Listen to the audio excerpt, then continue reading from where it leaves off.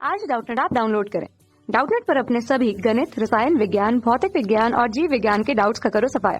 बस प्रश्न की फोटो खींचो, एक ही प्रश्न को क्रॉप करो और तुरंत वीडियो सोल्यूशन पाओ।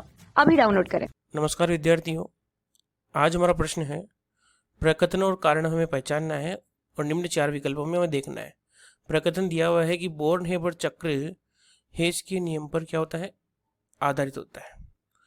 इसका कारण है बोर्न-हेबर चक्र द्वारा चालक एंथैल्पी की गणना कर सकते हैं।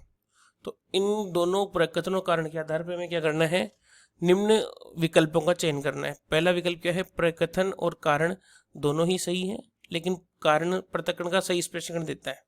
दूसरा है प्रकथन और कारण दोनों सही है किंतु कारण प्रकथन का सही स्पष्टीकरण नहीं देता है। तीसरा है प्रकथन सही है किंतु कारण क्या है, गलत है।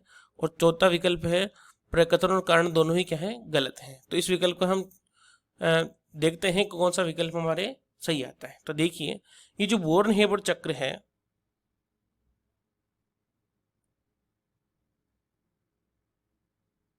बोर्न-हेबर चक्र, और दूसरी बात कौन सा करता हूं मैं, हेस का नियम। हेस का नियम, हेस का नियम, ये जो दोनों नियम हैं, जो पहले बात करता हूं, पहले हेस के नियम की बात करता हूं कि हेस का नियम क्या होता है। हेस का नियम यह बोलता है कि कोई भी अभिक्रिया है वो चाहे कितने ही पदों में संपन्न क्यों ना हो, पद में संपन्न हो, कोई अभिक्रिया कितने ही पदों में संपन्न हो, लेकिन जो उस अभिक्रिया की जितनी भी कुल ऊर्जा है, ऊर्जा सभी पदों की है ना, कुल ऊर्जा, इसे लिख दूं मैं, कुल ऊर्जा वो क्या रहती है, हमेशा समान रहती है।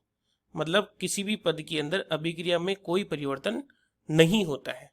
जबकि बोर्न-हेबर जो चक्र है, ये बोर्न-हेबर चक्र हमें बताता है, क्या बता रहा है, देखो ये हमें, कि जो बोर्न-हेबर चक्र बताता है कि कोई भी आपके आयनिक ठोस है, उस आयनिक ठोस के बनने या टूटने में जो कुल पदों में जितने भी पद पाए जाते हैं उसके बीच में, मान लो कोई भी आयनिक ठोस को हम बना रहे हैं, उस आयनिक ठोस के बनने में जितने भी पद हैं, उन पद का कुल योग जो होता है वो क्या रहता है, समान रहता है। मतलब उसमें भी कहने की बात यह है, जो हेस का नियम जो हमने बोला था, वही नियम क्या करता है, बोर्न-हेबर चक्र का की क्या करता है, व्याख्या करता है। कैसे, देखिए इस चीज को समझ लीजिए। बोर्न-हेबर चक्र में कौन कौन सी ऊष्मा होती है, देखो पहली होती है उदरपातन ऊष्मा, या उदरपातन ऊर्जा बोल सकता हूं, ठीक है। दूसरी होती है आपकी कौन सी, इसके अंदर हमें अपने होती है आयनन ऊर्जा।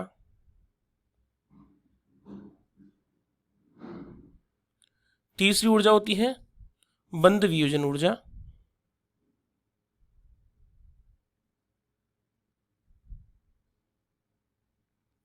चौथी ऊर्जा होती है अपने इसके अंदर इलेक्ट्रॉन बंधुता। पांचवी ऊर्जा होती है हमारे पास चालक ऊर्जा।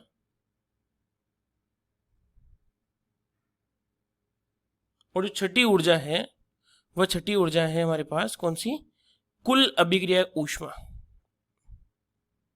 अभिक्रिया ऊष्मा, ये 6 ऊष्मा मिलकर क्या करती है, बोर्न-हेबर चक्र का क्या करती है, निर्माण करती है।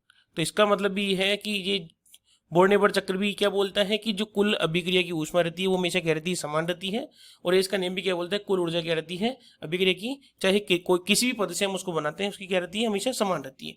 तो ये जो पहला जो विकल्प दिया, जो पहला जो प्रकथन दिया हुआ था, वो क्या है, बिल्कुल हमारे सत्य है। दूसरा क्या दिया हुआ है हमारे पास, बोर्न-हेबर चक्र द्वारा चालक एंथैल्पी की गणना करना। तो ये देखिए कि माना कि, समझिए, माना कि अभिक्रिया की ऊष्मा कितनी है, Q। तो हम सूत्र लिख रहे हैं यहाँ पे Q। उसके बाद क्या होती है, उदरपातन ऊष्मा आती है, तो उदरपातन को क्या लिख दिया हमने S। उसके बाद क्या आता है, आयनन ऊर्जा को क्या लिख दिया मैंने I। उसके बाद क्या होती है, बंध वियोजन ऊष्मा को क्या लिख दिया मैंने D। ठीक है, बंध वियोजन ऊर्जा को क्या लिख दिया मैंने D। इलेक्ट्रॉन बंधुता को क्या लिख दिया मैंने -ke। ठीक है, जालक ऊर्जा को क्या लिख दिया मैंने, जालक ऊर्जा को मैंने लिख दिया -ku। ठीक है, तो ये हमारा क्या हो गया, सूत्र आ गया। यू क्या होता है जालक ऊर्जा, ई क्या होती है हमारे पास इलेक्ट्रॉन बंधुता, डी क्या होती है बंध वियोजन ऊर्जा, आई क्या होती है आयनन ऊर्जा और एस क्या होती है ऊर्ध्वपातन ऊष्मा। और ये जो क्यू होती है ये भी किसमें होती है माइनस में, क्योंकि जब भी कोई आयनीटॉस बनाते हैं तो ऊष्मा क्या होती है मुक्त होती है, इसलिए क्या लिखा मैंने माइनस यहाँ लिख दिया है। तो इस सूत्र की सहायता से हम क्या करते हैं, मान लो इस यू को तो मैं इधर ले आता हूँ और इस क्यू को क्या लेता हूँ इधर ले आता हूँ, तो क्या आएगा उन्हें सूत्र यू बराबर एस प्लस आई प्लस डी माइनस के ई प्लस के क्यू, जिससे हम जिसकी सहायता से हम क्या करते हैं जालक ऊर्जा की गणना हम कर सकते हैं। ये आपके जालक ऊर्जा का सूत्र है। तो हम कह सकते हैं कि जो दूसरा जो कारण था वो क्या था, कारण भी क्या है सत्य है, तो प्रकथन भी सत्य था और क्या था अपने पास कारण भी क्या था सत्य था, दोनों ही क्या है सत्य तो है। लेकिन क्या हो रहा है देखो इसमें देखिए प्रकथन में बोर्न-हेबर चक्र हेस के नियम पर आधारित होता है, मान लिया सही है। दूसरा क्या है कारण बोर्न-हेबर चक्र जालक ऊर्जा जालक एंथैल्पी भी गणना कर सकता है। देखो इस वाले केस में दोनों सही है, लेकिन क्या है इसका ये नहीं बता पा रहा कारण कि ये है इसका नियम कैसे हुए।